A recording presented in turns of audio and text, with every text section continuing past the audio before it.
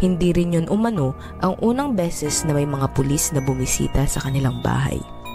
Lumalabas na nung umaga ng parehong araw kung kailan nangyari ang krimen ay tumawag si Ryan sa mga otoridad para ireklamo si Isabela. Nakatanggap umano sila ng email mula kay Isabela. Ang email na ito ay naglalaman ng pagbabanta.